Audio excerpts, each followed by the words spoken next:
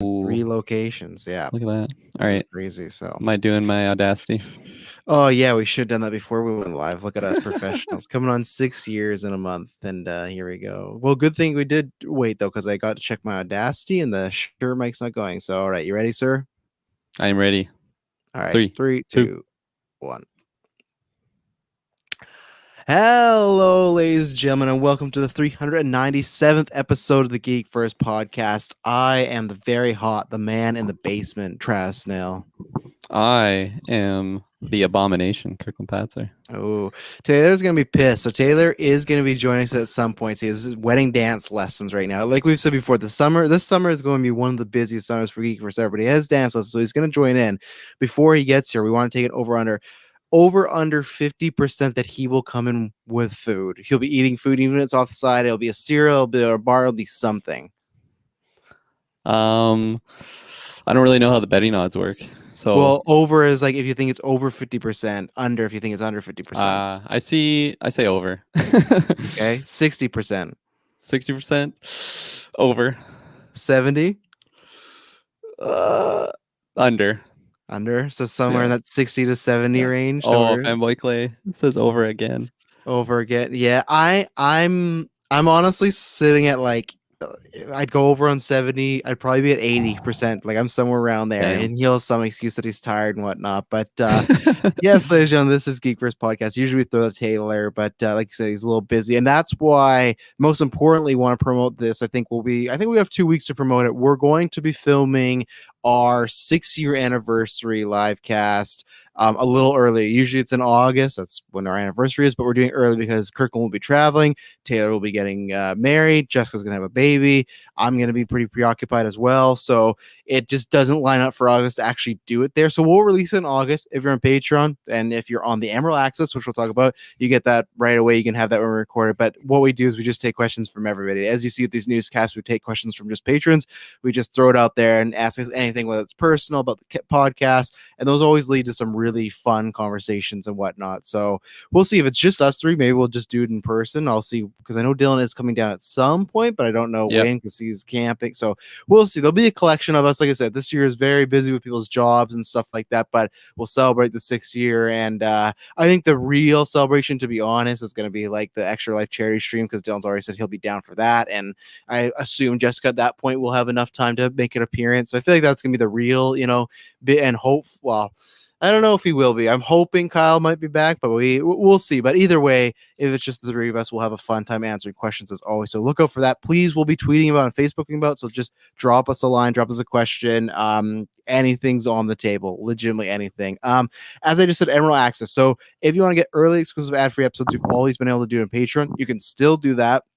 Now for our Apple listeners, because that's our biggest percentage of listeners, you'll see on your feed, you'll have regular episodes and then you'll have subscription episodes. So if you just want to one-click listen to that, you get the same as Patreon, the same feed, just because I know lots of people use Apple Podcasts, so it's a lot easier than doing a separate feed.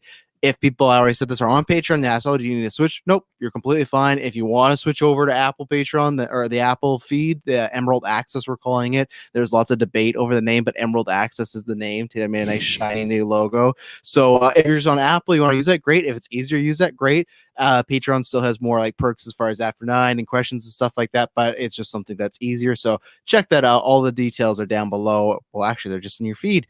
Podcast and video feeds are all down there. Facebook and Twitter, you can go promote that, or you can go look at that. I'm promoting it right now. You can look at that for all updates, everything like that. We got a busy few weeks because we got Loki coming up. We got Black Widow. We got tons of stuff popping off. So I'm seeing a movie tonight. I actually got a screener access code for that R.L. Stein Fear Street movie, Kirkland. You may not see that, but I'm very excited. So I don't know when the review embargo is, but I'm going to be watching after this cast. I'm very excited because I'm a massive R.L. Stein kid. So yeah. Congratulations. Oh, thank you. Yeah. The big time. We're in the big time now. But yeah, I'm trying to think if there's anything else. If you like what we do, leave a podcast review on Apple Podcasts. That'd be great. 5-star written. Check out our podcast network, 7 days a week, 9 shows, lots of good stuff popping off there. I'll be guesting on Marvel Alliance this week on the Wednesday because Chris is he's celebrating his 10-year anniversary. I can't remember where him and his wife went, but so he's like, I'm not podcasting, not at all. So his wife even didn't let him bring his any recording gear with him. So he's just sitting here hoping there's no Spider-Man No Way Home trailer dropping, but it's gonna be Brent and I for the first time ever. Actually, me and Brent have never done just a duo cast. We've casted many times, but yeah, so check out that and lots of great shows over there. And then, yeah, look out. Loki's every week. We'll be doing lots of big movies. Me and Taylor at some point are going to review the newest Star Wars book, so that should be fun. I got an audiobook, so I'm just going to sit there at work and not listen to it. But, that's the thing. So, Kirklin, we should get into some news here, lots of promotion and whatnot. So we'll start with Shang-Chi. I want your thoughts on the trailer because we did our newscast. We did it a day early because fast. And I will say, yes, video people, I'm in my basement. That's why I have no lights. I have no cool background, no comic books. It's a nice just backdrop, though. It looks nice and professional. The only thing I don't like is you can see the door frame right there. If I do this, it's gone. But then I don't know. Look at that mole right there.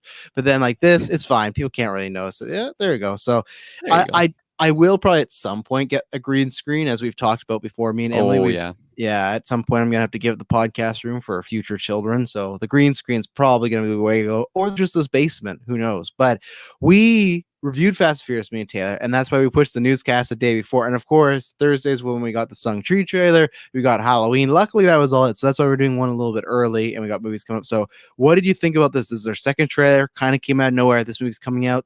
I think it's September 3rd, because I got a big date on the 4th and whatnot potentially. So what did you think of this trailer?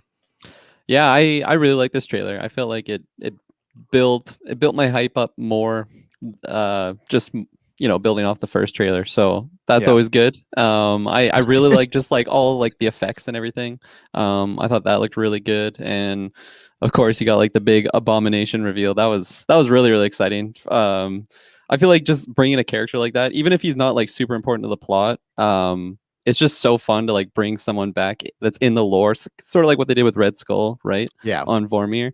And so these phase 1 villains just popping in for a little cameo now, Yeah, it's so cool for them to do that though, because then I don't know, the average viewer might not know that what was it, 2008 2008 yeah 2008 Hulk is still in the MCU and in the same canon, so it's fun to just bring them back that way. And overall, I was just really hyped on the trailer. I thought all the some of the effects were reminding me of Inception or something, with just the water stopping. Yeah.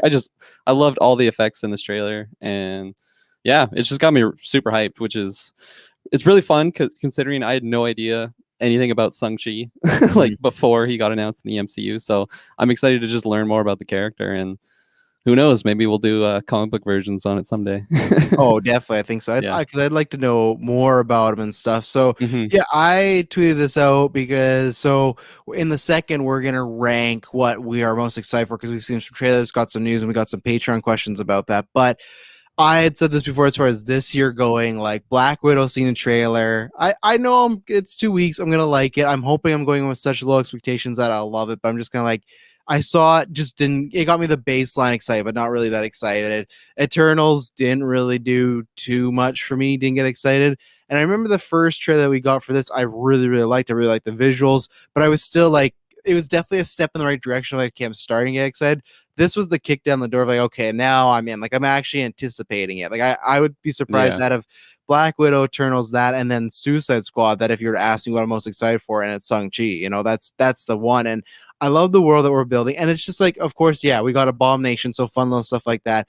It's been rumored for a while, but just saying, okay, they didn't confirm, but seeing Fing Fang Foom apparently in the water there at the end is just I think that's a good thing to do for, and like you said, probably mainstream people won't know it's Abomination, but I think they've done this really well. They did this with Captain Marvel, where, okay, Agent Coulson's in it, and Nick Fury's in it, and they sort of lay all these little characters in places you knew, like Ronan the Accuser, even though Ronan was fucking wasted. He didn't do anything in that movie, but that's a good thing I think you got to do with these characters that are lesser known, is just layer them with more MCU stuff. And that's the best part, is we are 24 movies now, and now 3 TV shows. There's so much stuff to layer, and Abomination, it's I'm very interested. Taylor's gonna be hyped. But yeah, when we did the retrospective, it's live on the feeds. We re-released it, and me and Taylor love Incredible Hulk. We love Abomination. Dylan hated Abomination. I don't think he really liked Incredible Hulk at all, but Incredible Hulk is one of the most underrated MCU movies. I love that film so much. I miss Edward Norton, and I'm very excited because we have him in this. But then don't forget Tim Roth, like the actual actor who played Blonsky, is in She-Hulk. So Yeah. it's very interesting, and I'm wondering like how did he, because we've heard mentions of him before, and we've heard he's in the Wrath, and we've heard rumors about that this movie might take place in the middle of the snap, at least some of it. I wonder if there was a situation where, you know, there was guards at the Wrath, it's all fine, Abomination's locked up, but a snap happened, and that's how Abomination got out.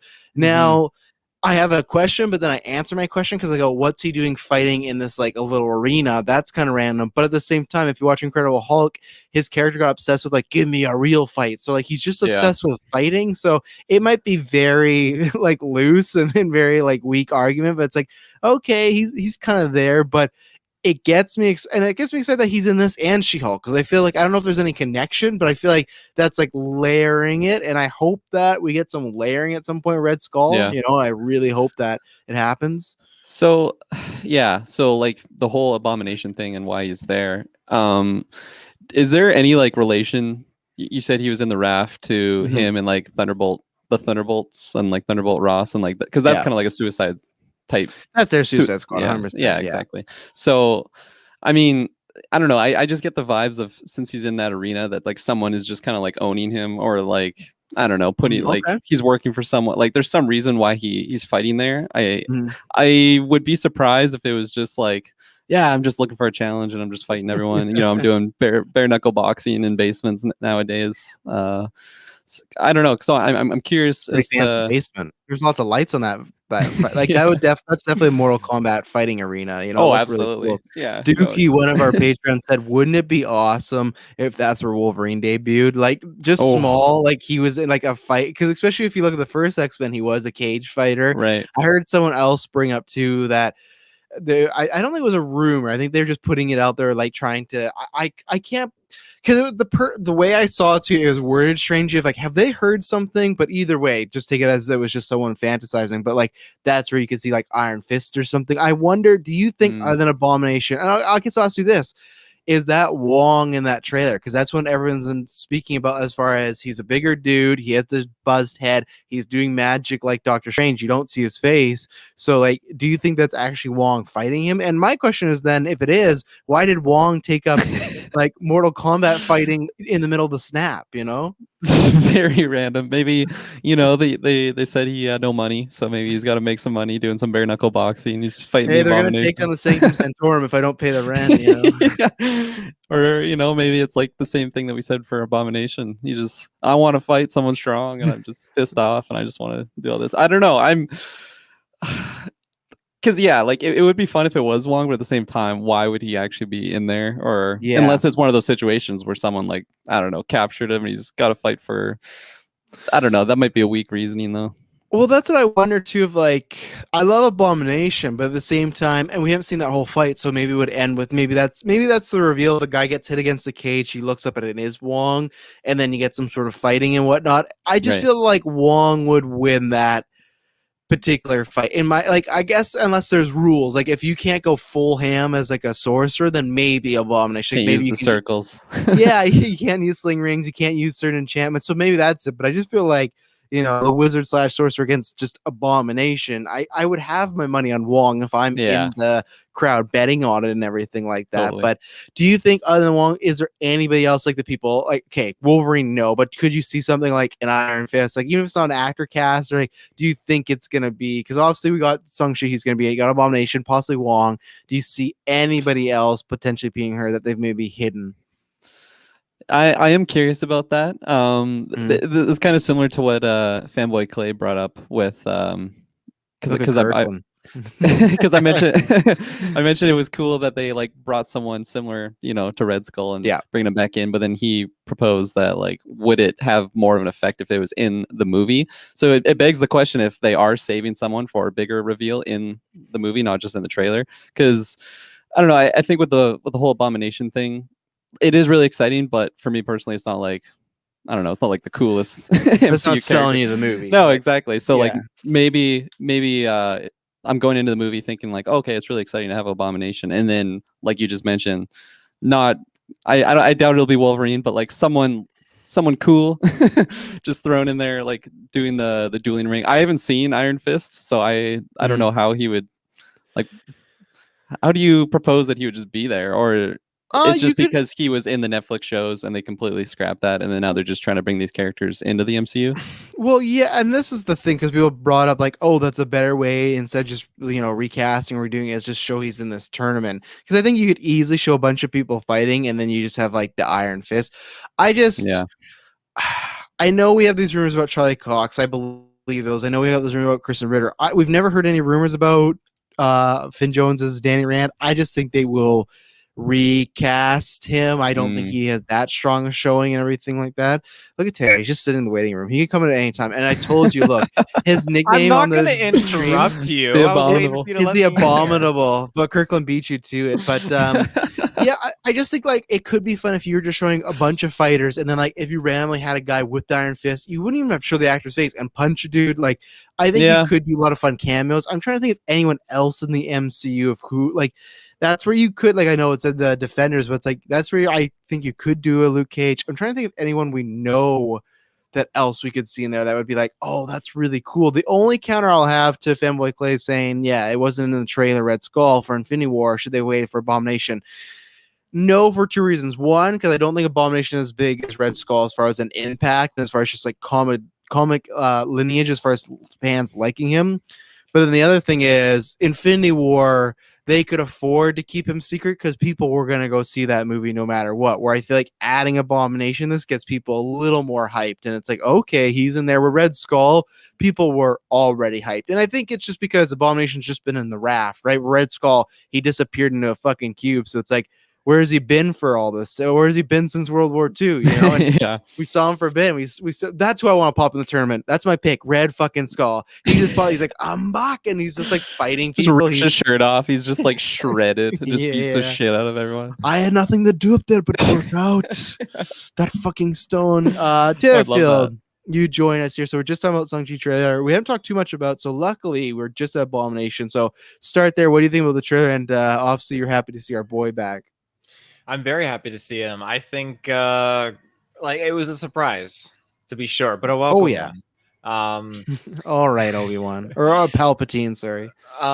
It was just it was legendary because it was like a double take. Like I was like looking like not that I was looking away from the trailer, but you know when you're like you see something that you recognize, like whoa, and that was it. That was Abomination, and again his look is so much more. I'm assuming comic. More if you look at the sense. Avengers games, he looks like that, so it's just a bit more comic accurate. I totally like I don't need an in-depth backstory as to why he looks like that. Like honestly, I feel like he did some crazy mutated bullshit to his body. He's going to be changing. He's going to look very different, and it's been probably like 10 years in the MCU now, so longer because remember they jumped the 5 years for Endgame. Remember, right? I think yeah. So I think if he's right, Brent and Marvel Alliance said they're currently in 2024, like the current Marvel timeline, like where Wanda and Falcon is. So they're 3 years ahead of us. So yeah, it's been longer than 10 years now. So he is. I mean, he's rocking a little skirt thing or whatnot, like a kilt. Fins. So he's got fins now. Like he's definitely changed, and I'm excited to see like what he's been up to. Like I hope Tim Roth is back, but I want to know like okay, he was arrested. I would love it if Tim Roth came back to voice him or something. But like he's voice him, but he's gonna be back in She-Hulk. So I think that's where you'll get Tim Roth. Yeah, I think this is just Abomination fighting. I do. So he doesn't change. Abomination can't change back to human form, can he? I don't think so, but I feel like with Tim Roth being in She-Hulk, they're gonna find a way. And I wonder if that has anything to do with like if they're working on a drug to try and get She-Hulk to be just a regular human. If they use it on Abomination and it turns back to Tim Roth, like and maybe they use that on Bruce too and stuff. So, I think other than maybe voicing him, I don't think when you're saying like you wonder what he's been up to, I don't think you're gonna get a timid backstory of like how Abomination got here. I literally think he's just gonna be in the fight. I would love that. Like I'm curious, like what did General Ross do? Like what did he do with him afterwards? Because obviously he's fighting underground. He's fighting against why can't I remember his name? Possibly. Wong. I was gonna call him Wu or Wang. Wong. Yeah, I hope it's Wong. That would be so cool. Because yeah, just to see Abomination go up like into some underground cage match of a sorcerer versus Abomination, that is so cool. Who's your money on? My money, I mean, I know the thumbnail says like my money is clearly not on one of them. Because I mean, if you put Shang-Chi against Abomination, I'd probably put my money on Abomination because Abomination's just like. No, but that's just based on what I saw in the Incredible Hulk. Like he's a maniac. He's Hulk beat him though. That Hulk beat him. That Hulk is very different from the Hulk we have now. Yeah, that was a big debate on Twitter. It was like, could the Hulk beat him now? And it's like he's I don't saying, think but so. No. yeah, but wow. But at the same time, how the Hulk beat him in the original movie is because he outsmarted him. And I feel like people did bring up a good point. Like, if this guy's the fucking professor, he's a lot smarter now. Like, I do want to see Professor Hulk have to lay shit in, but you guys were much like the internet. Everyone was like, no, it's not happening. But I think there's a way. He could outsmart him. He'll figure it out. You know. We haven't got to see Professor Hulk fight. We'll wait. But and also too, I don't think Shang-Chi, who is a title character, is gonna be losing to Abomination in that movie. I don't see that happening. No, either. I mean, I mean, to me, realistically, I feel like I put my money on Abomination, but no, they're not gonna do that for his intro movie. Just to kill him off in his starting movie. Well, that's what they did with Quicksilver, so it could happen. Oh, wow, end of the movie, Shang-Chi's gone. That'd be quite a fill. What did you think of the rest of the trailer? Right, there was more to that trailer. I was just so captivated by Abomination. It was great. I loved how it was just a build up. I loved seeing the rings. I guess like the bracelets, the 10 bracelets. The 10 rings. 10 rings. That's what the movie's called, the 10 bracelets. The Legend of the 10 bracelets. Yeah, it was great. I love the dynamic between. Again, we got to see more fleshed out storyline of how he's just been trained to take up this mantle, and he just left it behind so he could enjoy his life. And his father is just a straight up brutal son of a gun, and it's just leading to some great drama of them just trying to bring him back. And just that scene of him like oh god, I don't even know what the equivalent of that is. It was like two people like it was like Harry Potter and Voldemort in Deathly Hallows Part 2, like it was conjuring the spells on each other in the courtyard at Hogwarts. That's exactly what this was. It's so good. Did you think, also same question that I did the Kirklin, do you think there's any other cameos we could get in that tournament? Oh man. Oh gosh. Like there's is that why you were talking about Luke Cage? Or not Luke Cage, like Iron Fist? Yeah, we were talking because no, I didn't. Other people throwing him out potentially, and the other one person I said our Patreon Dookie throw out Wolverine, which I said would be fucking all. It'd be so cool if it was Wolverine, but it'd be cool, but it wouldn't make any sense. Like, why not? Here we're throwing in Abomination, but guess what? We're throwing in Wolverine versus Wong, and be like, what's going on? Well, Wong's losing that fight, but no, I think it's just because Wolverine's a fighter. Like, you would find him there, you know. Like, it could make sense, but I would love to see like a Frank Castle. I think I could see him or something in there against Abomination. I hope he's allowed to get his gun, specifically against Wong. Wong against all these people. Well, whoever takes Wong down. I love Frank Castle, but I don't like his odds against Wong the Sorcerer, you know. But it'd be cool to see like Bonesaw make a comeback. Bonesaw, Macho Man's dead. Oh, is he really? I didn't know that. Yeah, he went a pretty bad way. Does he have a son, like or a daughter that could cameo? We're just gonna get his son or daughter to play Bonesaw? No, like Bonesaw 2.0. I don't know. What if it's Toby? That's where we first see Spider-Man. That's where he comes in. The portal just opens up and he gets launched into the cage against Abomination. No, against a little dirt in your eye. Let's see. Yeah, no, I really like the trailer. Like I said, one of my favorite parts was I love what we got going with the father dynamic, because we've had a lot of father dynamics. Wong is the boss. Wong is the boss. Like, he really saved everyone's ass there in Endgame. So anyone from Gamma fight for the cage fight, what the fuck? Gamma Flight. I don't know. I'd have to look it all up. But where was I going? I like the father dynamic because we've gotten a few father dynamics before, as far as you got Thor and Odin. You had Peter Quill and Star-Lord, but I feel like that was him wanting to have, or it's not Peter Quill and Ego. That was him wanting to see the good in him. I don't know if we've had a full on. This is right away we know they're going to be opposed. They don't look like they are on each other's side. And I love that line when he's like, I told these men that they couldn't kill you if I sent them after you. I'm glad you proved me right. But it's just like, in that line, you know, everything about his dad, who is the man who literally put his son's life on the line just to like get in touch with him. And I brought this up in the first show, but I still really love that whole, hey, go live your life for 10 years. But then when I come back, you know, fun time's over and you got to take over the business. I still really like, so everything I've seen of the father-son dynamic, I really like, because it's obviously something we've seen in many films, not just comic films. So it's like, you worry it could get tropey, but I'm liking what I'm seeing right now. Like Taylor said, the Harry Potter, you know, wand situation.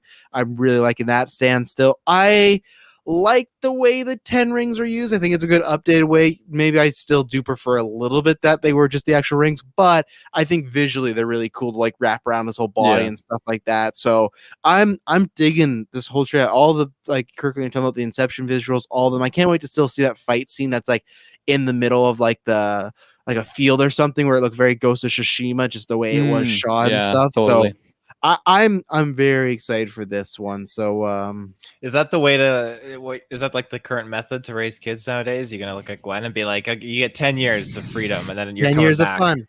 Oh yeah, 100%. That's all you get. 10 years of fun, and then that's it. But no, I think that makes sense. You know, it's so. Let me see the roster here. Are you saying, because you said Gamma? I guess it was called Gamma Flight. I'm just looking at Alpha Flight here because Alpha Flight is like X-Men. That's the space program. Oh, that's a good call out, Clay. So Alpha Flight, just so you know, is the like the Canadian X-Men, and then Gamma Flight is their space program. I don't know if we see any of these characters, but very random shout out, Clay. But you never know. Maybe in the Marvels or something like that because they're more space bound. But yeah, that's interesting. So you guys got any more on the Shang-Chi trailer coming out first week in September? First week of September. Gosh, no, I'm excited for this movie. Like, it's gonna be awesome. It's gonna be so awesome. Mm-hmm. Hell yeah. Hell yes. Well, now let's bring up the MCU rankings because I had this question because I was like, well, after this, I wanted to know where it ranked because we all seem pretty excited for it. So we took all the MCU Phase 4 movies, and I hope we did. Taylor's face looks like he did not do it, but we'll see. And ranked them by excitement. So, Kirklin, I'm going to lead with you as Taylor's face scares me, but go from least to most excited. All right. So, geez, I hope I got the right list to go from. I hope none of these movies are canceled that I'm going to be saying. The Inhumans. The what? The Inhumans. Remember, it was a movie, but then they turned it into a show. So don't use that one. No, don't use that one. No. Okay, you have that on there? No. Okay, no, I don't. All right. So my least excited. Oh God. Which one do you hate, Kirklin? I'd say Armor Wars, honestly. Oh, you did the shows too. I just did the movies. You went all balls out. Wow, what is this? Oh, okay. Okay, no, that's fine. That's fine. Did you do the shows too, Taylor? No. Okay, yeah. But I can. I can't. I didn't think about it. But you can still include them, Kirkland. You're better than us. No, that's fine. I'll just do the movies. My least excited is Quantumania. Quantumania. Yeah. Sorry, Armor Wars is Phase 4? Yeah. It's a show though, right? Yeah, it's a show, yeah. But yeah, it's coming out. It's coming on Phase 4. They're going to be filming, I think, next year. I can't find that under Phase 4. I find it like up to Hawkeye is the last one that I can find. Oh yeah, I got television series. They technically have Blade in there. Did you guys include Blade? I had Blade on there. But... Okay, I will, but like it's still coy if it makes Phase 4, so I'll include it. But then if it doesn't, obviously gets the bump. But yeah, I'll still include it. So did you include Blade? Well, I'm just confused because I'm seeing so many different Phase 4 schedule lists. Like some aren't even including Captain Marvel 2, and some go up to Thor: Love and Thunder, and some don't even have Black Panther 2. So I'm just confused. What Captain is Marvel in Phase 4? Captain Marvel 2 is the Marvels, right? The Marvels, yeah. And then Thor is, I think the ending point right now, the last movie we have is Fantastic Four. That's the one announced as like the end point. For Phase 4, okay. Yeah, so every movie that you know about right now, other than Blade and Deadpool, which Blade might be, but those are the only two that don't have confirmed dates yet. That's why. And Deadpool, let's see if it happens. You know, they announce it, they're writing it, but like, come on now. Why isn't Deadpool on a fucking slate? You know, if we're actually doing it, why is it not on any of these slates? That's the thing that makes me question. Blade, I get they're looking for a director, but maybe that's the same thing. I just get worried. The longer we go without hearing anything about Deadpool, like when did that what was it, 2017 or 18 the last one came out? Was it 2018? Yeah, it was 2018. I'm not sure. We're coming on 4 years here. No Deadpool. Go ahead, Kirklin. Okay. So I'm just going through the whole list. Yeah. You do your whole list. Okay, so then my second least excitement is Eternals.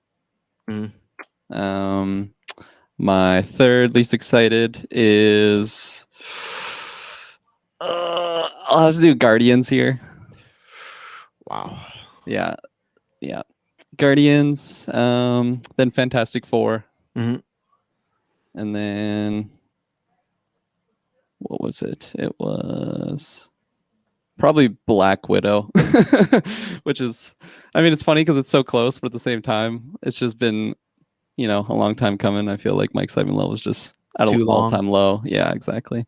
And then I have the Marvels, and then Thor: Love and Thunder.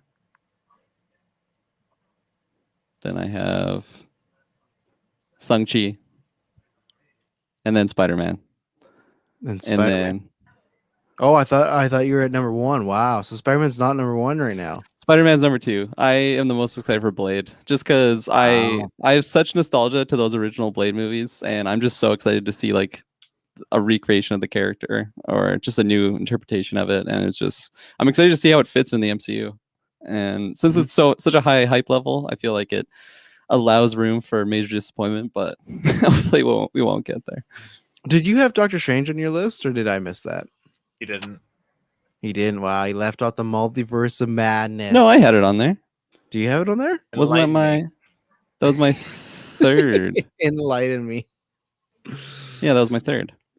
Okay, there you go. I should have numbered mine too there, but all right. I'll go because I don't know what Taylor got's over there. So wait. So last place, no one's gonna be surprised about this. I got Eternals. Those fucking cowards didn't help the MCU at all, and those trailers didn't do anything for me. I'm not a big fan of the godlike characters. We've been over this. Hopefully, when I see that movie, I'll come back and be like, man, they really surprised me. But as right now, no. Second last, Black Widow. I'd be much more excited if she was alive. That's what I'll say. If she was alive, because then I'd be like, where are we going? As I said before, I think and I guess we'll answer Maddie's question because he want us to ask 1 out of 10 how excited we were for Black Widow. So I'll save that for after that. Black Widow, second last, third last, Fantastic Four.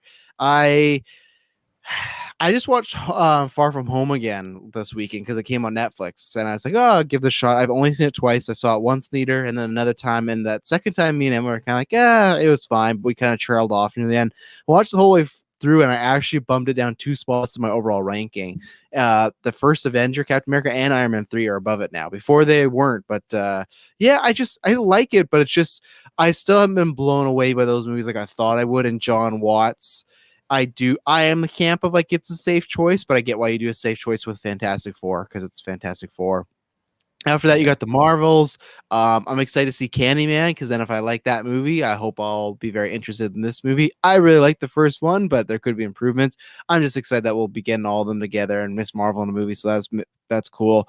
Ant-Man and Wasp: Quantumania. I'm very excited. Those movies are very underrated for me. I think they do a really good job. So this one's tough because what I got? 1, 2, 3, 4, 5, 6, 7. Oof, it sounds so bad to say 7, but Black Panther's at number 7. Just the only reason is just because, like, so here's the thing: if you're asking what's going to be the best film here, Black Panther probably will be it. But my excitement, it's just, I still, like I've said this before, I just don't know how ready I am to see Black Panther without Chadwick Boseman. Now they have to do that if they want to continue, but it's just like, even Shuri, who I really like, it's like I'm still just like less interested in it. Like it's like no matter who it is, because it sucks, it's just like the second best option, right? So once we hear of Doom's in here and stuff, but Ryan Coogler is one of the best directors in the world, so I will think it's going to be probably the best one on this. Guardian of the Galaxy. Actually, no, sorry. Shang-Chi would be next. I'll switch. I was going to go Guardians, but no, I'm going Shang-Chi. Yeah, I'm going to make some changes here. I don't know what I was thinking. That's my bad here. So let me change some stuff here. Shang-Chi would be next, and then after that, Thor: Love and Thunder. Thor: Love and Thunder is surprisingly, I think, higher for me, but I just hope that they do good with the cancer storyline. If they do that, if they don't, then that could drop quite a bit. Doctor Strange 3, the only reason this is so high, because the first one I didn't love. Well, I got to change the director, but it's because Wanda's in there. We could get some crazy stuff going on, but Wanda, her story continuing, I'm very invested in that, so that's cool. Guardians of the Galaxy 3 is at the third slot because I love those first two. Those two are, I think I gave them both 10s. I can't wait to see how James is going to close out the trilogy. This was tough, but number 2, I went Blade because I do think Mahershala Ali's perfect casting. I still want to wait till I get that director. That's why I want to wait to see who that is. And honestly, I will say this because number 1 is Spider-Man No Way Home. The only reason, as I just semi-trashed the first 2 Spider-Man in the MCU, it's just because Tobey and Andrew. If those 2 were in there, it was just like a regular Spider-Man movie, this would be pretty low. This would probably be below Ant-Man. So it would be like in the bottom 5, honestly, because I've liked the Spider-Man movies, but I've not been wowed by them. But Tobey and Andrew being in them, like, how could I not be excited, you know? So, Taylor Field. Okay. So this is the list of my worst to best. Yeah. So my least excited film, Eternals. Yeah. Cowards. Yeah, it's not pulling me in, that film. Then I went with Ironheart above that. That's not a movie. Well, TV show. Oh, you're including the TV shows. I'm including the shows, yeah. Oh. Then I have Black Widow above that. I feel like I'm with you, Kirkland. Just the hype is kind of just not there. It's been so long now. Like, you can piece together all the trailers and have a fully fledged movie. What do you mean you're with Kirkland? I think I had it rated lower than Kirkland did. I had second last. Yeah, but I, like Kirkland said, like, it's been so long. What was your reason, Travis? I just don't care. She's dead. I don't. It's a Star Wars. Well, argument, I right? care that I care. Like, the fact she's dead doesn't change anything. I care about her, but yeah, it's just that it's been so.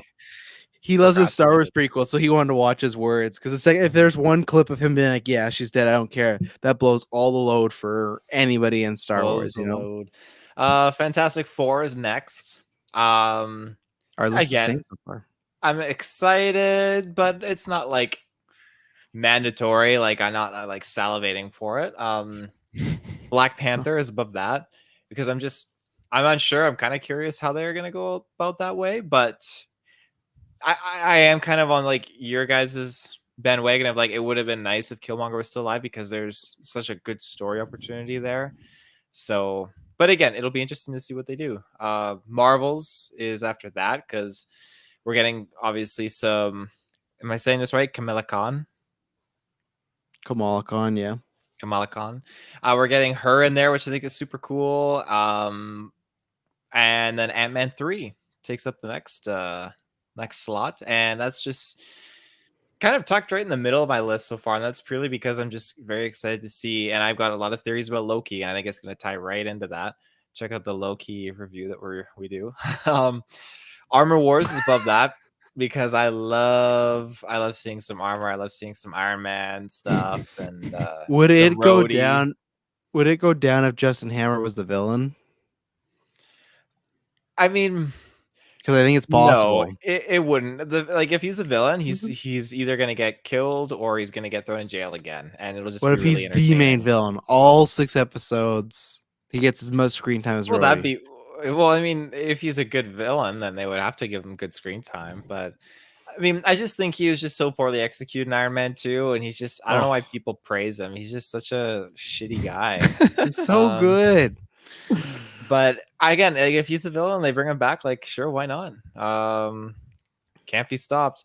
Secret Invasion. I'm very excited for this because I'm curious to see who are all not who they are. And I'll leave it at that. Guardians of the Galaxy. I super pumped. I mean, we're gonna see Thor and Star-Lord, the dynamic unfold a little bit. That'll lead into Thor: Love and Thunder. Very excited for that movie. Again, we get Jane Foster back in there, which is pretty cool. And now we get into the interesting stuff. So Moon Knight is up here because, again, Moon Knight is, I feel like it's segueing right into my main man that I want to see, who's going to be coming into the MCU soon. And I'm not saying it's going to be like directly connected, but I feel like later down the road they will share a connection.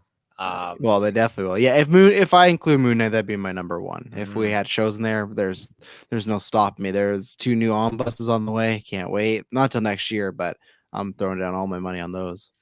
Shang-Chi is next, and that's purely just like Abomination. Abomination's just like, again, like I'm digging the trailers that I've seen, but Abomination being there just totally caught me by surprise. I'm so excited for the extra content we're going to see in this film, not just catching people off guard. Blade, again, same reasons Moon Knight. I'm really excited for Blade. I'm really excited for where that's leading. It's getting good. It's getting so good. Spider-Man No Way Home, like you said, Travis, like seeing Toby, Andrew, like just getting Toby back in there. That's just gonna be so like wacky to see him in the MCU. It's gonna be so good. And then not your number one. I'm surprised. No, my number one is where Ghost Rider will make his official first appearance. Right. Doctor Strange, Multiverse of Madness. I'm calling it now. He will be in it.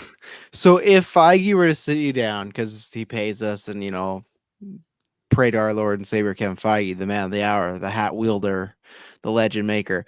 If he were to sit you down and say 100% Ghost Rider is not in this film, would it still be your number one?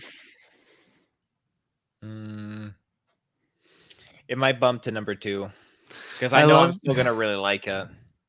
Actually, I guess I forgot there were those rumors last month we talked about that he may make an appearance here. So you know what, you're valid to do that. So our patron Clay, he only gave her top 5, but he went 5 Guardians, 4 Doctor Strange, 3 Spider-Man 3, 2 Blade, and number 1 with Thor 4. I was surprised by that. That was Thor 4 could hit really hard. I just as I've said before, I love Ragnarok, but I like it better as just a movie instead of an MCU movie because I do hate some of the jokes in there. But as a comedy, man, I can watch it all the time, just laugh my head off. So, Taylor, you had a good point about like Loki maybe affecting the shows and having this impact. Well, we had a good Patreon question from Maddie that we're going to talk about after this break about are the shows. Actually, sorry, it's from Clay. I have another question from Maddie. 2 questions. If the shows are actually going to impact the movies, or if it's just a bunch of kind of load of BS, maybe. I don't know. We'll see. So we'll be right back after this. All right, we're back. So Clay, he asked, it's something because I've heard people bring this up too. So I want to say this. So I'm beginning to really think there isn't much crossover between the Marvel Disney Plus shows and the Marvel movies. While I'm definitely enjoying Loki, it kind of feels like Loki as well as the other 2 shows aren't really allowed to have big ramification towards the rest of the MCU and can't interact on a large scale. They're more self-contained. Maybe I'm wrong. I assume we'll find out next couple weeks with Loki, but if I'm right, how do you feel about that? Honestly, it would frustrate me a little bit, but I'm still enjoying the content, of course. So, Kirklin, what about you? So we've had 2 shows so far. We got WandaVision, Falcon Winter Soldier. We're in the middle. We got episode 4 for Loki very soon when people are listening to this. Do you feel so far the shows have been consequential to the movies or will be, or do you feel that maybe it was a little over promised as far as, and these will impact the movies and you'll do all these things? Like, how are you as far as, like I said, 2.5 shows down so far?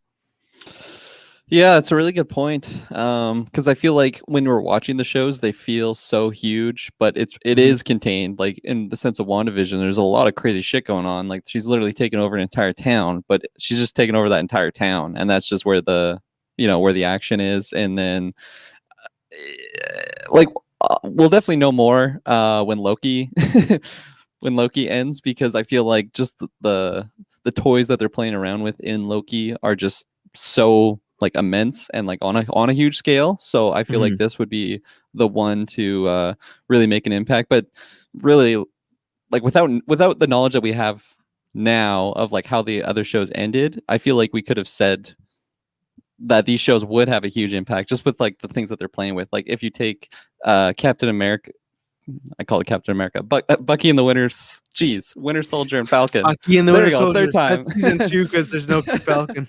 It's Bucky the Winter Soldier. Yeah, like that one. They're playing with a lot of like dangerous villains and stuff like that, but at the same time, like there was never a sense of like them needing, I don't know, other superheroes or stuff to end those problems. So like it's weird because they are like massive threats, but they do it well to just like only need the resources that we have in the shows. So I don't know. I'm honestly weighing it all on, I guess, how Loki ends because yeah, I don't know.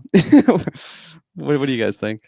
Well, I was going to ask you as a follow up though, if they don't impact it that much though, does that hurt your enjoyment or hype for the show going forward? Because obviously this was the first year of getting these shows, right? Hearing about all this stuff. Oh, WandaVision will tie into Doctor Strange, and Falcon's going to become Captain America, and same thing. Loki's going to have ramifications. Like, but if that does seem the case, where okay, maybe it's little things going forward, but nothing massive. Is that going to be something maybe like next year when the shows start coming out, you get a little less hyped, or is it like, oh no, Moon Knight's coming out, and I just want to see that character, so let's go?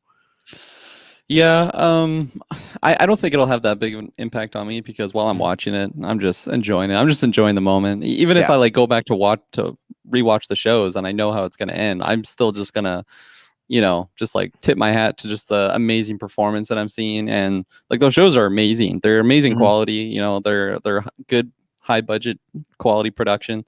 So but yeah, I don't know. Like maybe when they're all said and done, and I'm like way deep in the MCU timeline, and I'm looking back, I'm like, oh, it's a missed opportunity that they didn't have more of an impact, considering like the things that they're playing with. Like Loki, they're playing with an entire timeline and the sacred timeline, and like I feel like that should impact like a huge amount of the story, but I also have a little red flag in the back of my mind that like, okay, when Loki's all said and done, it's just the timeline's going to be what it is, and those other movies are not going to be affected by this. But who knows? We'll have to just wait and see. What about you, Taylor? So sorry, just to reiterate, the question is the excitement level for new shows and the rewatchability of the ones we've gotten so far. No, not really. The question was that's all I took from what you guys are talking about. So Clay, our patron Clay, not fanboy, patron Clay said he's worried that these shows won't really affect the movies the way they like they're gonna have big impact in the and like so would that impact your enjoyment of it, or you just know I like the shows? Or like I said, do you think that is the case that they won't have an effect? And two, if that is true, how would you feel about it? I think these shows greatly affect the movies. I mean, especially with the fact that we got a new Vision now. That's a huge thing. We got Snow Vision, and now we have Wanda who's overcome and gone on this massive journey. And now we have in the movies, we're going to have our kids play a part in that. That's huge in the films. And now in the sense of Loki, we haven't seen how it finishes, obviously, but we know we're not dealing with the Loki from Ragnarok. We're dealing with the Loki from Avengers, the past, obviously from New York. And this is a Loki that's totally shifted away his priorities and has a total new agenda on the table. And that could be directly related to a very significant event altering timelines down the road. Again, like even with Infinity Stones, he doesn't even care about those anymore because they're useless to the power of I'm not going to say it because spoilers, but go check out our Loki reviews.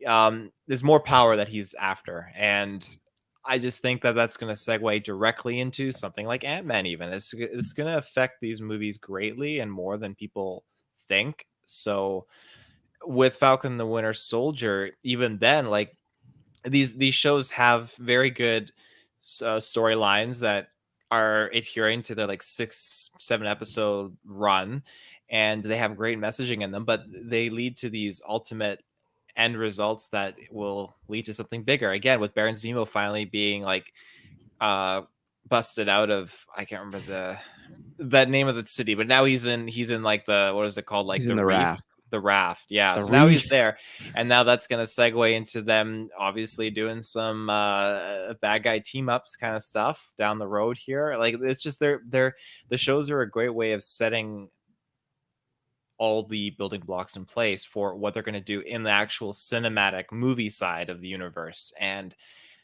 again, when you're setting up a multiverse of madness, what better way to get there than to have again, WandaVision set the pace that there's some weird magic stuff going on, and then after you do that, it just gets even crazier because you got Spider-Man, you got Blade, you got Moon Knight, you got a whole bunch of stuff that's just going to kind of pile together. So again, like you said, a TV show is a great way to kind of show off more of a storyline or a character in 6 hours than you would have in a 2.5 hour film.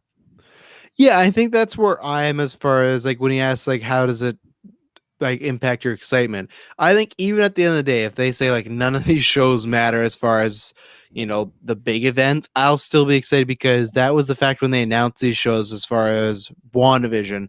The whole time in the MCU, I was like, man, I'd really like to get more of a plot line, more of a deep dive on Wanda, and it seems like we weren't getting that in the movies, right? We got a little bit, which each movie we got more and more, but I was like, I'd love her to get her own movie. Obviously it didn't happen, but it's like, okay, she got a 9-episode show that was really cool. So that's why I think that even if it's just developing the characters or seeing people that don't get the big movies, like even Loki, I said jokingly on Marvel Alliance, but I was joking that like I remember I think the very first like change.org petition I ever signed was after Avengers, and it was like to get a Loki movie, and that's where it's just like for me, I've always wanted to see Loki get his own plot line. One, I like the character. Two, I like Tom Hiddleston, and yeah, it's something very different. So no matter what, I think because like Kirklin said, these shows are good, they're well written, they're not like I'm not saying they're Breaking Bad level, all of them, but I feel like they're a really high quality for what they could have been or what they would be back in the day. If you look at some of the stuff with Netflix or even CW, where it's like sometimes budgets really hurt them, I think they're great for what we're getting. So I think no matter what, I would be enjoying them because I want to see these characters like a Moon Knight. To me, Moon Knight, if they're going to tell the story they want, like that I want them to, I don't think you could do it in a movie. I really don't. So I think TV lends it to itself.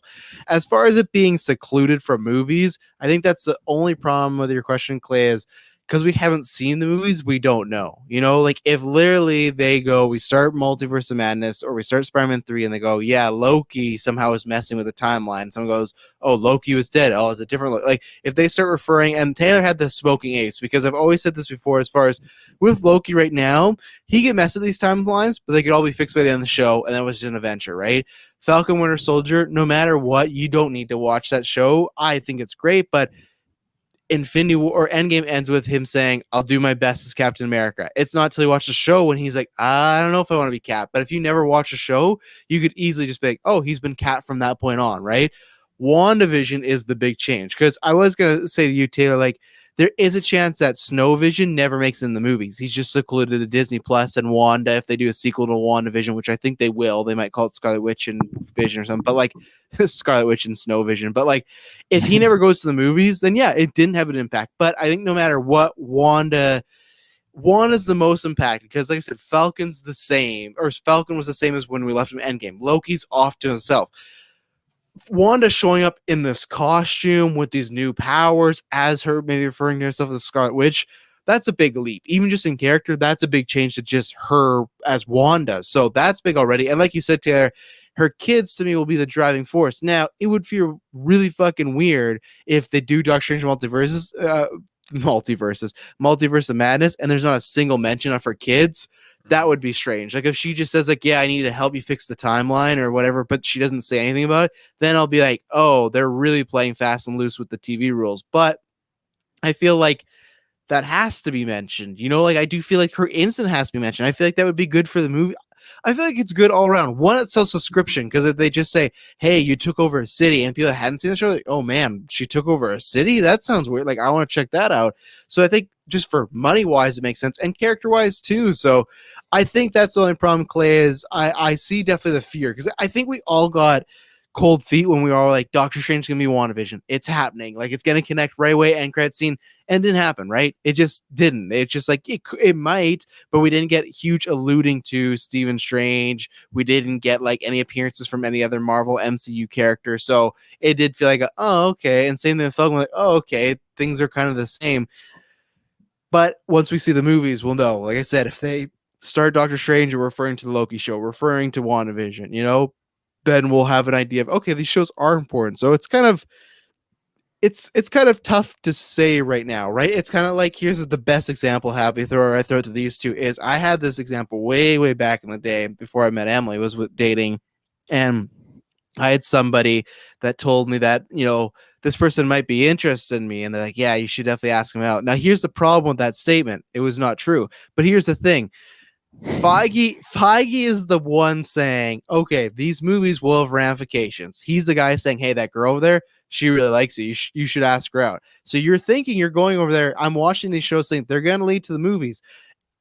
All leads us to the girl is the movie. You need to eventually get to the girl and ask her. And if she says, yeah, I do like you, then you go, you know what? That guy over there, he wasn't lying, or he didn't have his facts straight. That guy wasn't a dick, by the way. He just had misheard something, and then that information got to me. And it was like, oh man, that really felt like that was not a complete waste of my time. It was. But that's what I'm thinking. We're in the situation right now where the guy is saying, oh, yeah, it's going to connect. Yeah, she likes you. But it's up for us to be sitting in the theater next year when we see Spider-Man, when we see Doctor Strange to actually commit to it, you know? So I hope so. Like I said, I'll still enjoy these shows if they don't, but I hope we get that, you know? Mm-hmm. For sure. Anything else on that? No. We went over this a little bit, but we can throw a number on it. Do you guys have, and I'll start, what is your level of excitement right now for Black Widow? We got about 2 weeks. We're going to try and get a predictions episode in here because I know everyone loves those. I'm at like a 7. To me, because I think 6 is really low. 7 is I'm more excited. So Clay said, did you just equate a woman to a movie? Just a piece of 2-hour entertainment? My goodness, Travis. Well, you know what? Sometimes, Clay, depending on the situation, that is exactly what the man or woman may be, 2 hours of entertainment. So sometimes it just depends. But yes, Clay, I have all those analogies. But I'm sitting at a 7 for Black Widow right now. That's like what, C+? That seems about right to me. You know, I'm very excited for that. I'm very excited for the end credit scene, but I'm worried if that's disappointing. But I've always said I feel like it has to be a good one. But I'm around a 7. What about you, Kirklin? Yeah, I feel like my biggest interest in this movie is like Florence Pugh, and oh yeah, 100%. And to just like, I guess to see like ScarJo just kicking ass again in the Black Widow persona, and because I don't know, I was watching like Avengers again, and she was actually like really good in that, so I feel like it'll be fun to just like jump back to her character. But at the end of the day, it is just not that important. It's just filling in some cracks in her story, I guess. But I'm probably like a 6.5. Ooh, yeah. Because like even like I feel like a year ago I was like still like an 8 or something, but like it's just been so long now that it's just, you know, it's taken some time, and I like it'll be fun to see it in theaters. So like that's pretty cool, and yeah. But other than that, no, it's not that high. Taylor, where are you at? I'm gonna go with 7. I'm excited for the movie. Again, I think we're gonna get a cool post-credit scene. I think there will be some hype moments. I'm very excited to see the Red Guardian and Black Widow. You're gonna love him. You're gonna love the Red Guardian. That's gonna be your guy. I thought so. Yeah, I think there's many good components in this to just make a really good recipe. So, well, Taylor, for your excitement, where are you on Halloween Kills, the terribly titled sequel to the Halloween movie? Halloween's killing, yeah. I am very excited. Again, the trailer came out and it was just like it was juicy. I wasn't expecting it, and oh man, Michael Myers is back. I love that it's picking right up after the first one, and we obviously get to see reprising characters that they survived the first movie, but in my line of sight, I thought, okay, they were kept alive just to die in the sequels, 110%. It just makes me wonder where the third one is going to cap off with this, because it seems like there's a lot of stuff in this movie, and since it's the same night, I mean, is the whole trilogy going to be within a span of 12 hours on Halloween? Because that would be crazy. That would be actually like that. That'd be an cool emotional roller coaster for sure. But like I'm sold. Like I think this, again, you mentioned the score. Oh, like it sounded like they got Lindsey Sterling on the violin. It was hot. Those strings were on fire. It was just, it's so good. I'm ecstatic. Kirklin, I think if you haven't seen the first one, you got to watch these movies. We were talking about like us. He's like, I don't know if I need to see the first one. I feel like it shows everything. I was like, yeah, like I feel like you need some character beats, but like really, it is, you know, you could, I think, watch it by itself. I'll say, because Maddie's question was about this, like thoughts, expectations on this movie. So the first one I thought had phenomenal trailers, and this was in a day and age where we were getting like Force Awakens, and we got Creed. We're getting all these movies that are like a mix with a little bit of new and a little bit of old to get something kind of this evolution of a franchise, right? So I was all for it, and I thought that was going to be it. There's a few things. One, I think it kind of leaned a bit too much eventually into nostalgia, but then two, there's just some very strange plot points. Everyone knows about the Doctor in that movie, and that is still a big mistake. So I think they made a lot of tumbles in that movie.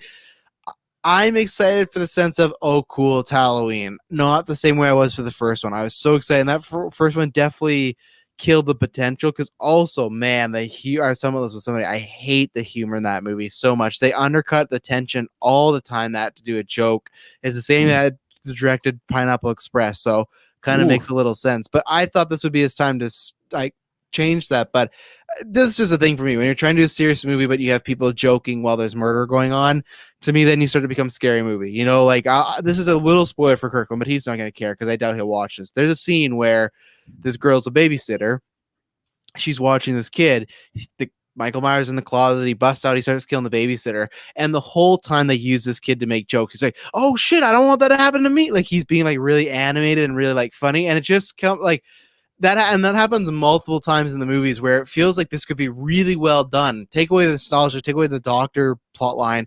It could be really well done, but they just have to go for a joke like all the time. And we just saw with the MCU. I love humor. I love jokes, but you got to put them in the right moment. There's jokes that, like I've said before, Ragnarok, there's some jokes where it's like, this does not work at all. This really hurts the movie or hurts this part of it. So I'm excited for the fact of almost like Black Widow, of like, I'm going to have an enjoyable night, but I'm not thinking we did this a couple weeks ago, you, me, and Kirklin. I'm not thinking it's a Golden Geeks contender. I really don't think it's that. Other than the score of the first one of my favorite horror scores of all time. John Carpenter just fucking decided, I'm going to get on my bass and just slap away. And he did so good. Like the music, like I said, that to me was the Force Awakens Creed, where it's like the old and the new. So the fact that you got some Halloween music going with violins and shit, it's like, that's so smart. I can't wait to see what they do for the third one. I don't know what it's going to be, but like, I like that. I'll ask you this before I throw Kirklin, because he hasn't seen the first one. So do you feel like they maybe spoiled too much in this trailer? Because that's been the big debate this week, of maybe they showed too much, because they show a lot of people get killed. In my opinion, a lot of minor characters get killed. They show a lot of our main characters in situations that look like they could be killed. And then at the end, when she took off his mask, to me, it's like, that is a clear, in my opinion, we'll see if I'm wrong, that's like last 15-20 minutes of the movie. You're not taking Michael's mask like halfway through. So I do agree of like, horror trailers can be twisty, so we might not have the exact order, but I do wonder if they showed too much. And I'm worried that when I'm sitting in the theater, I'm going to have a checklist of like, oh, we did this. So do you feel they could have shown too much? I think it wasn't shown too much at all. I think things are probably going to be a lot of twists and turns. You're probably right, though. The mask being removed is probably something that happens near the end of the film, but they shouldn't have showed that. They should have kept that then. They should have kept it secret. The only thing that I think is significant in terms of someone dying was, again, it caught me off guard when Michael Myers like breaks the light bulb and then stabs in the old lady's neck. That's brutal. That was so brutal. And I think that's the only person that I could see really, like, aside from the fireman, like die.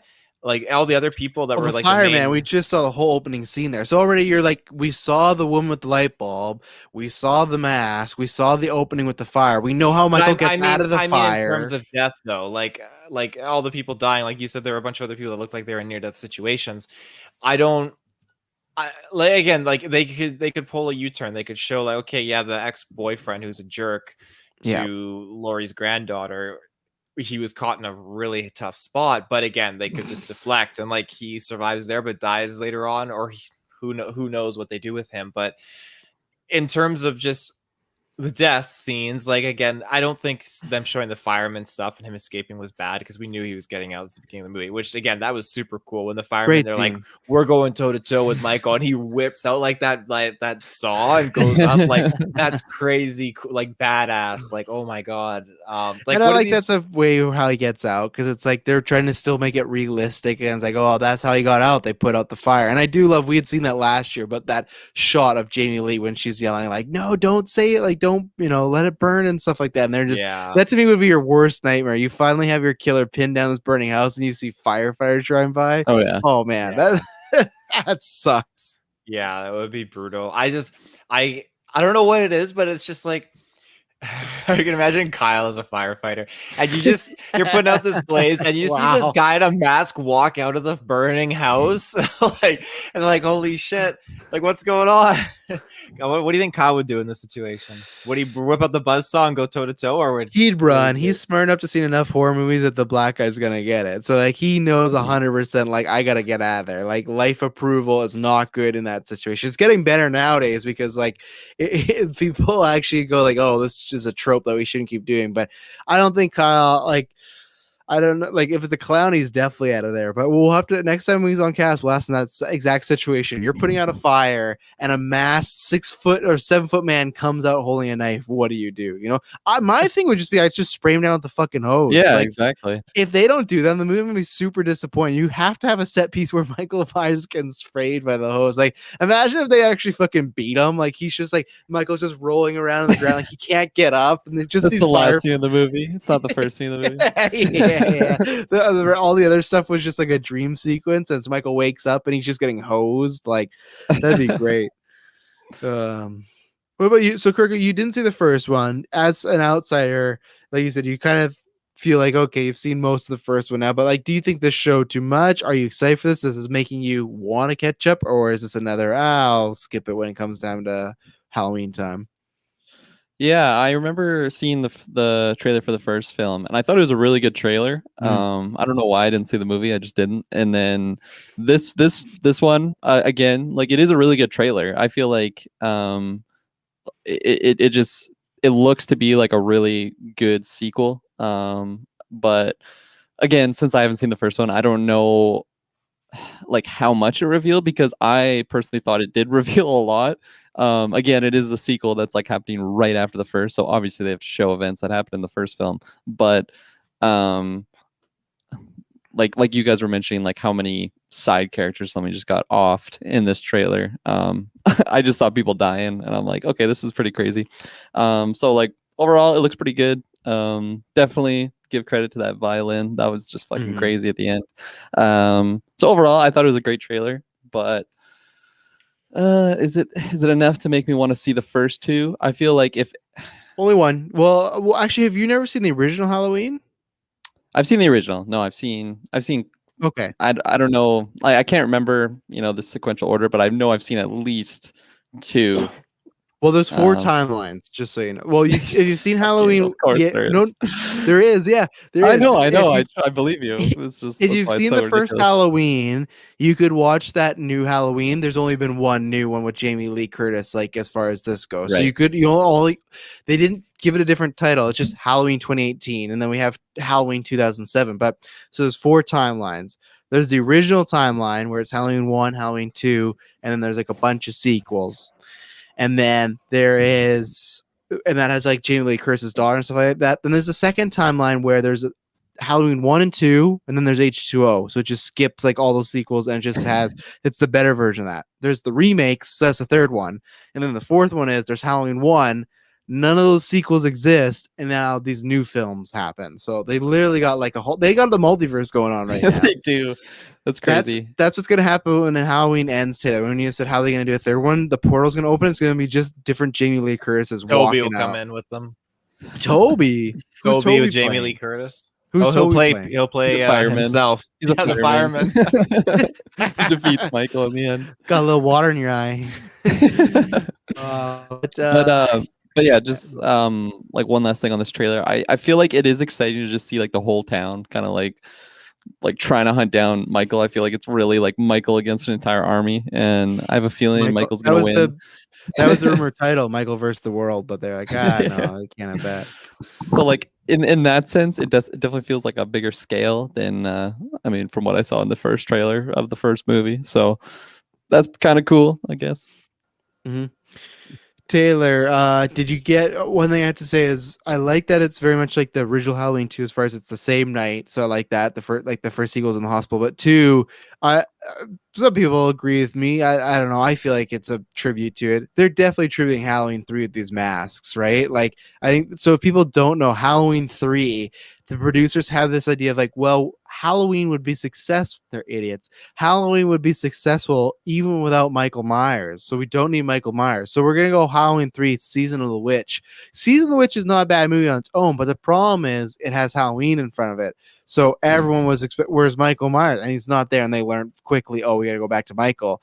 But did you get that vibe all too? That some of those masks, like there's multiple dead bodies with Halloween masks. I feel like that was almost like a fun way of like tributing that movie, but it's not like these masks aren't actually haunted or anything. I wouldn't go that far. I think you're stretching. I mean, it's Halloween. Other people agree with me. Yeah, but it's Halloween. They're wearing masks. I mean, like they look specifically like those masks, though. You know, you got to watch it again. Is that in the trailer? Or is there an image of it? If you find an image, I'd be down. Like I'm down. Like I'm open to the idea. I'd have to see the mask specifically because if they are like those signature 3 masks that they emphasize, I think the jack-o'-lantern mask is like that's the one that is kind of similar. But you could be right. I didn't do side-by-side comparison. I just saw it. And I was like, they didn't emphasize those masks a lot on the first one. It was just people wearing stuff, you know. But yeah, I mean that'd be cool. I mean, again, like I remember I was on a big Michael Myers kick, and I was buying like Revenge of Michael Myers, Curse of Michael Myers, again, Halloween 1, Halloween 2, and I was like, God, I need to get Halloween 3. I need to know what the story is. And I found it at HMV.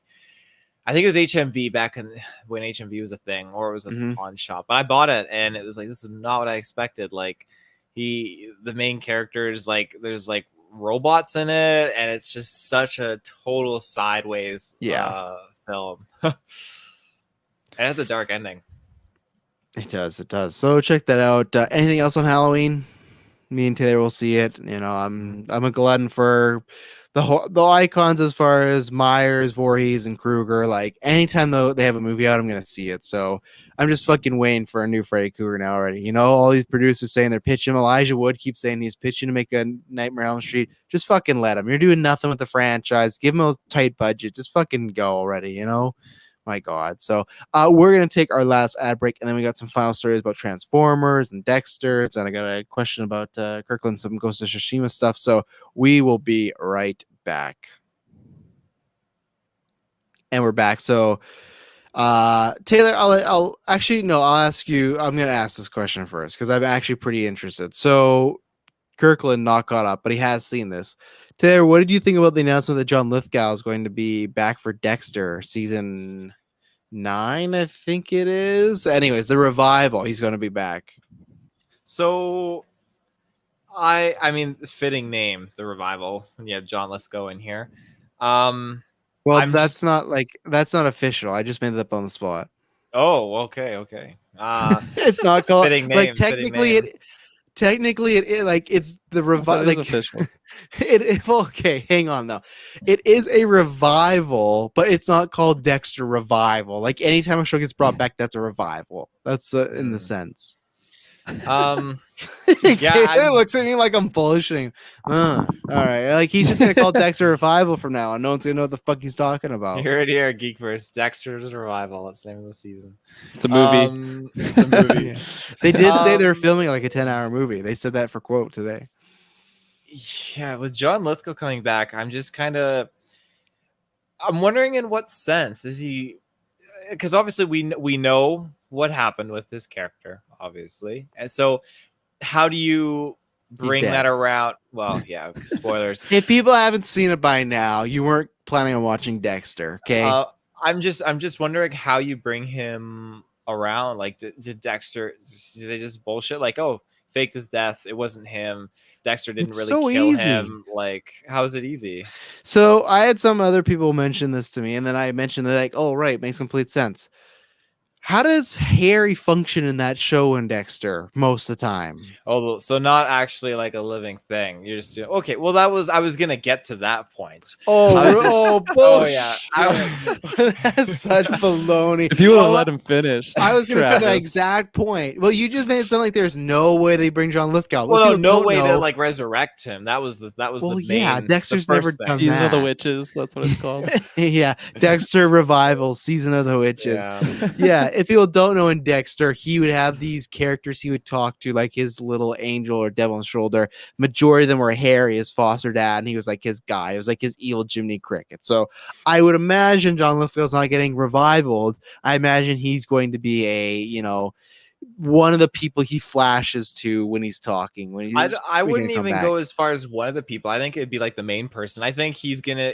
I honestly think it'll be him trying to live his life, and it's gonna come down to like he's getting those cravings again to kill. And I think John Lithgow is gonna manifest up there and just try to like coax him into it and kind of like be that balance in his life. Because again, he of all these villains, John Lithgow was the one he really connected with, even though John Lithgow had a really dark side to him, like he was really fucked. But I'd push back on that with you. Well, he was using him to learn, I guess, in that sense, like the whole family man kind of thing. He was connected to Ice Truck Killer for obvious reasons. Well, that's different. I mean, you're always going to be connected to family, but I mean, as far as like John Lithgow goes, I mean, it seemed like he really did have a connection there. He was really entranced by him almost, and I think, as far as all these killers go, again, that's the one that killed his wife. I mean, that's the one that really... Spoilers. Taylor's throwing them all there. Yeah. That's the one that really hit home, I think, with Dexter. So I think that's has the most heaviest weight. Well, it changed his whole course because Rita wasn't there, and then I feel like he wouldn't have fucked off and become a lumberjack. We're just spoiling the whole show, so buckle up, baby. Check out my retrospective coming soon. But like, I'm in the middle of watching season 1. Holy fuck, man, that show's so good. Like rewatching, it's just like, man, where that show used to be, it's like season 1. I'm like craving, like I can't wait to watch another episode. But that's the guy that really did a U-turn. One for him, but also the series. Like the series never recovered after the Trinity Killer. So I think I will push back on you that I don't think he will be around a lot. I think it's going to be 1 or 2 scenes or like 1 episode. I think he's going to see multiple people, and that's how they're going to do like a nice kind of bow tie on the entire series. I think you'll get him. I really hope you get Brian back. That's my favorite killer. I know everyone loves Trinity, but Ice Truck Killer, his brother, like they had such a connection. One of my favorite episodes is because the majority up in this point, Harry was, and I'll be excited to talk about in the season, Harry was just the only guy he would talk to. But then when he was getting dark, there's that one episode with Brian, and they go on this like road trip together. Man, is it so good. And they just cut it short, but I think that he's going to, because the funny thing was, after he gets killed off Trinity, like in season 4, he's touched upon again because his effect, but they never did that, like the Jiminy Cricket with him, or he never talked to him, like he never had visions of him. So it's very interesting they're bringing him back now. So I think it's going to be, I think what could happen is he will meet this season's big bad, and that something might remind him of Trinity, and that's how Trinity's gonna get in his mind. Or what I'd love is before he becomes back to killing, if that's when he's getting a flash of all these people that he's bumped in the years. Like let's say it's episode 1 or episode 2, and it's just like he's not gonna kill, but then like he sees Trinity, he sees his brother, he sees fuck, they gotta get Miguel. Jimmy Smith's better be in this. I so hope, but like I think he might get a reminder of why you did this. Like he'll think about all these people that were terrible that he stopped, and he's going to see a person that's other terrible and go like, I got to get back into it. My biggest question, like I'll ask Kirklin too after, but it's just like, I still just wonder what they're going to do to the son. Cause we didn't talk about this on Newscast, but on Father's Day, they released this 10-second video, terrible title, but like really good. It was Out with the Old, In with the New. And it's a picture of him burning, like burning the picture of Harrison. And I really don't know what they're gonna do. Like I could literally see them ignoring the son storyline, but at the same point, it's like I'm just so intrigued. Like, does he get back to Miami? They're bringing back Trinity, but what about you, Colonel? You haven't finished it. I'm not sure if you're gonna rewatch them or finish them. Either way, I don't know who will be joining me. I will be reviewing the show when it comes out new weekly because I just love Dexter. But are you going to, even if you review it, not catch up, or you think it's still past the point where you just maybe you'll wait and hear what people say about this season? Yeah, I feel like it depends on if I can convince Shay to watch it through with me. She's never seen it. I did convince her to watch Hannibal with me, and that I feel like that's similar. Like she doesn't like thriller shows or anything like that, so I feel like that's comparable to Dexter. It is. Hannibal. The pitch is just tough though, because you got to be like, man, the first 4 seasons are great, but then we're gonna go on a slow decline. So that's like honestly, if I rewatched it, I probably would just stop. Cut like a season before I stopped the first watch through, and watch like an explainer video. Yeah, because I love those earlier seasons, like you just Oh, mentioned. yeah. Like I remember discovering the show when everyone was just talking about it, and I just like sat down, watched the first episode, and then I couldn't stop. I just had to keep binging it, and it was just so phenomenal. And like I feel like I remember it enough that I'm not going to force myself to rewatch it just to Mhm. like just see this show, because I remember the highs and I remember the dreadful lows of the show. So if I'm not able to convince her to watch it with me, I'm still going to watch the show right when it comes out for sure. So I'll that give final you. season though that you never watched, are you gonna watch that? Or you're just gonna skip it? You're just going. I don't Yeah, think he's I a have lumberjack. to. No, I don't think I have to, because I've been told like what happens, and I'm totally okay with that. I like I don't know. Like I just remember like where I was in the show, and it was dreadful to watch. Honestly, it was.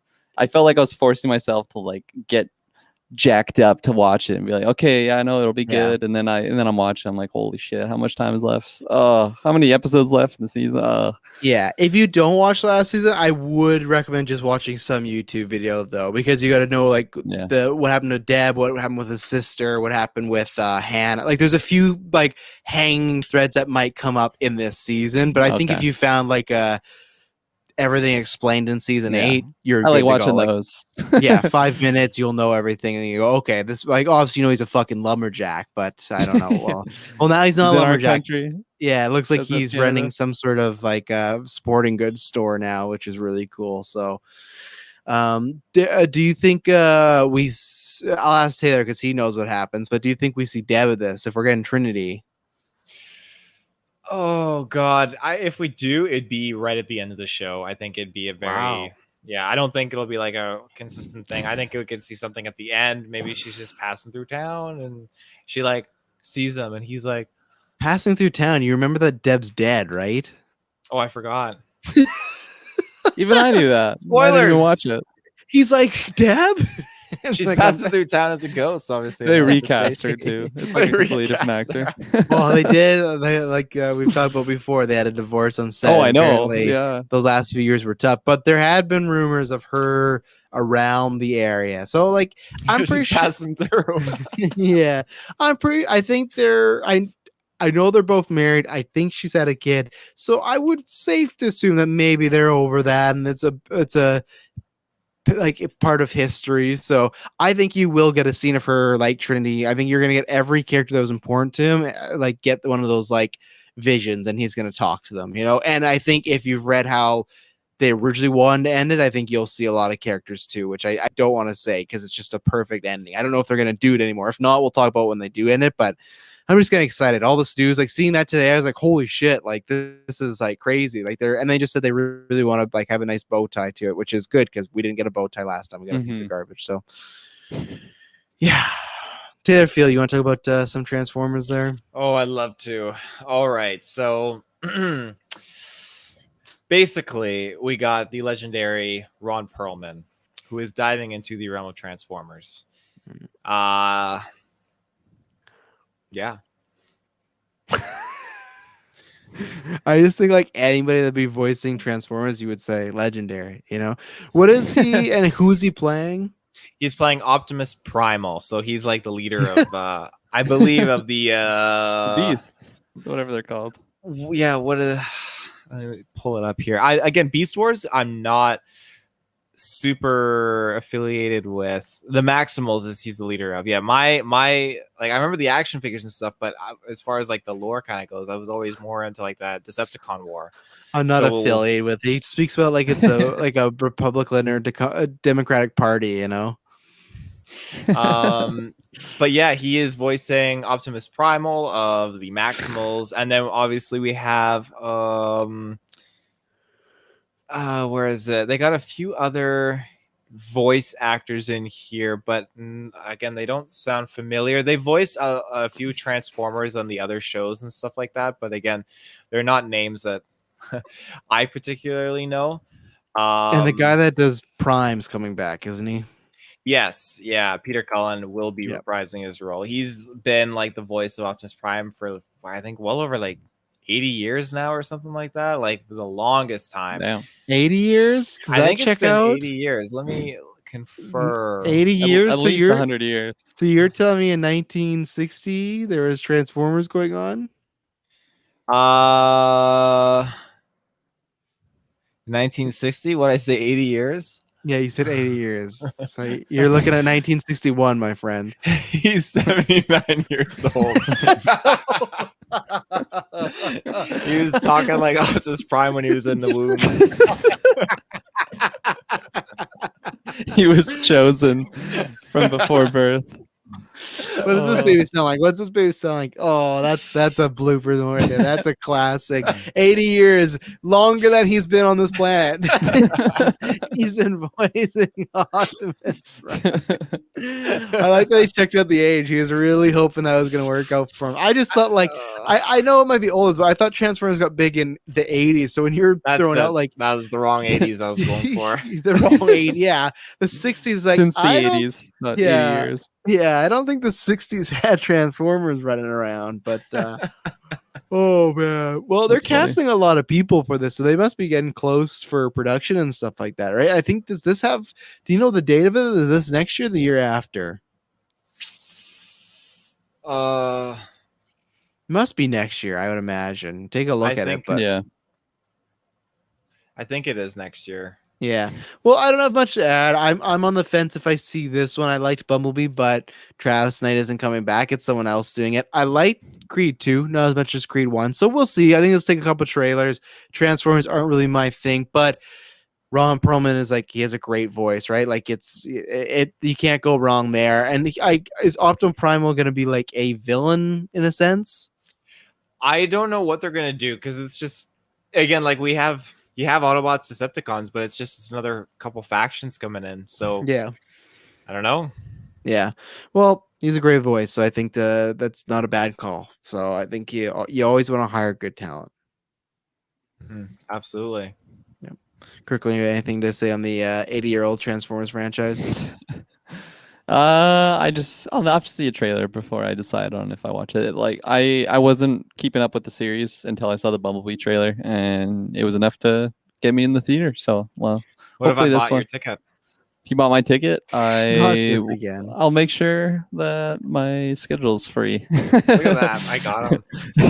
I mean, Ron Perlman, come on, legendary voice actor. Yeah, he's selling all the tickets. Any other news of yours that you've kicking around you want to shout out? There's always something, I feel. There is always something. Thank you for checking. Let me just I've been sharing a lot of news lately. It's been great. Let me just kind of coax through what I've posted here. There's been some juicy news. Mads Mikkelsen wanted to talk to Johnny Depp about his role there. John Wick 4 started filming. What do we got here? That looks good. All right, one more striker out. Okay, there you go. My last point I want to bring on, this is some gaming news. Kirklin, I want to get your opinion, because I don't even know if you saw me link you in it, because Discord, you sometimes check, you sometimes don't. But Ghost of Tsushima is rumored to be getting a DLC similar to like a Miles Morales, something like that, where it's an add-on. I think it's like the Ghost of Ikaruma or Ikarima. I don't know how you say it, but something like that. Yeah. So what do you think about this? Because you didn't buy the Miles one. I was surprised. So is this something that you would be buying, or are you kind of like, I got the full game, I'm good for now? And obviously it's not confirmed. The rumor is actually to be releasing this year. So I don't have much to say, because I will be buying it. If I like the game enough, I'll buy some new content. It'll give me a reason to get into it. But more Ghost of Tsushima, I'm always down for. But what about you, Kirklin? Yeah, I felt like I was surprised to see it, but at the same time, I feel like I shouldn't have been surprised, because like it seems like it fits really well. Because you don't have to do like a full out sequel like what Miles did. For me, purchasing it, I probably wouldn't, but I'm interested. I'm interested what they show off. Why do you not purchase these add-ons? You're like, Miles, you didn't, and you love Spider-Man 4. Yeah, the thing with Miles, I feel like it wasn't enough to just get me to to buy it. I feel like I always told myself that I would just wait for like PS5 to get like more Spider-Man action. I have the Spider-Man that I have. You weren't ready. I wasn't ready, and I'm really been limiting myself on just like my video game purchases Me because too. I've been so bad at like getting like a $90 game, playing it for like 4 hours, and then like Oh yeah. just slips through the cracks, and it's just like, yeah, I'll probably just visit my backlog games up until then. But who knows? Maybe it's just absolutely unreal like trailer or something, and I just have to get in there. But I'm definitely intrigued because I love the series. I was actually playing some Ghosts this morning, and dude, it's such a good game. I'm so excited to just I don't know, see more of that series. Like what we're getting like a show or a movie out of it. Rumors a movie, yeah, directed by Yeah. one of the John Wick guys. So there you go. Yeah, like it's such a cool like world that they built, and I'm excited to see more, and I'm glad to see this because it shows like the success for the game. So yeah. Yeah, no, I'm excited. I'm surprised that it's this year, but there is rumors, people saying that in July Sony's going to do like a PlayStation State of Play or something, which would be great because they got a Ratchet and Clank came out, so that's a big game. So obviously they just had that, they're fine, but like they got a Xbox started talking about what they got in the fall, Nintendo, so it's like kind of their turn. So will be interesting because we could get that and Deathloop kind of back to back, so that could be a good 1-2 punch. So we'll see. Taylor, did you have something to say? Because that whole time you had a shit-eating grin. That whole time Kirkland was answering. I was just kind of chuckling to myself because Kirkland's like, oh, like I don't, like he hasn't bought any of these DLCs, and it's like, well, because he hasn't beaten any of the games. Exactly. I've actually beat Ghost though. Okay. Yeah, and he beat Spider-Man, so fair enough. If we review it, he'll beat it, but except for Red Dead, he never beat that one. I remember I don't want to rush myself through that. I haven't beaten Red Dead 2 either, so don't feel bad, Kirkland. I never do. I never do feel bad. You haven't been Cyberpunk. You're joining him. That's why I haven't bought any new games because I'm trying to go back and complete games. It's hard because like when I sit down Friday night, I'm like, okay, I'm gonna play some Cyberpunk, some Assassin's Creed, and you know what pops in my DMs? Little Falcon doing like this gif, and Travis wants to. You drop popped in my DM Saturday though, so you're just as bad. Me and Emily were sat down ready to watch Too Hot to Handle, enjoying our time, and then I got the Falcon gif, and it's very tough. It's like a late night booty call. It's the really bat signal for it's the you up, and it's like, man, Travis with no license, I'm gonna have to bike like half an hour to this girl's place. Is it worth it? And then I got on the bike, and there I went, back to the original story. So yeah, it's I did though after this weekend because we played it Friday. So I'm like, okay, I gotta take another COD break. I gotta get stuff done. There's other games I do want to play, same thing, but it's just you get in a repetition, Sea of Thieves this weekend. That might be happening, right, Kirkland? That's on the itinerary. Oh yeah. Absolutely. Yeah. What day are you thinking of? Dylan said he's in town, so it is possible that he will be able to join, but it's not set in stone. I think I'm busy Saturday, so it'd probably be a Sunday. Ideally, Sunday would be ideal. There you go. I would say if Dylan can't join, do another game because I'm gonna try and join, but Taylor knows this. So with my place, which sucks because we got a nice AC machine. It's great. It's fantastic. Spent a lot of money on it. But the problem is it sucks so much fucking power out of this house is sometimes it trips the breaker. So twice during Call of Duty, it tripped the breaker. So what I would do is I'd bring my little TV down here and play it. But there's no guarantee that I could survive the stream. Once it's colder, it wouldn't matter because I would just turn off. But right now, when we're rocking like 40, whatever, that AC is on all the time, it sucks. It's just because it's all on the one side there. So I would definitely try to join. One console TV is fine with the AC, right? Because it was just when Emily was trying both consoles and both TVs. Today it was like we even had one TV on, still tripped it. So we were just watching stuff on the iPad and I was reading my comic book. So it's because we just have that thing blasted so it can keep this house cool. Like, so it's worth it, but it is like, it sucks that way. So, but hopefully by Sunday it'll be a little bit lighter. It's cool here. So, but I don't know what the TV would do down here. So we'll see. Well, I'll try. I'll bike over to Taylor's then, if nothing, so. TV on your back. Yeah, exactly. Yeah, everything. Anything else, gentlemen? I don't think so. Negative. No, well, we'll be back later on this week for Loki. There'll be definitely a review from me because, today's not true, but definitely a review from me for Fear Street. I'm very excited. I might be watching that now if I can stay up. And then, are you going to watch Tomorrow War? Or am I alone for that one too? And Kirkland, you can join too. It's Friday. I'm gonna try to because I would like to again review that. Maybe try a review on the Sunday before the stream or something like that. Wow, the Sunday, you know, Sunday. can't. Well, we'll see about that Sunday before You the know stream. what Friday night is, you know. Well, no, Friday night we're recording something already. Remember? Oh, right.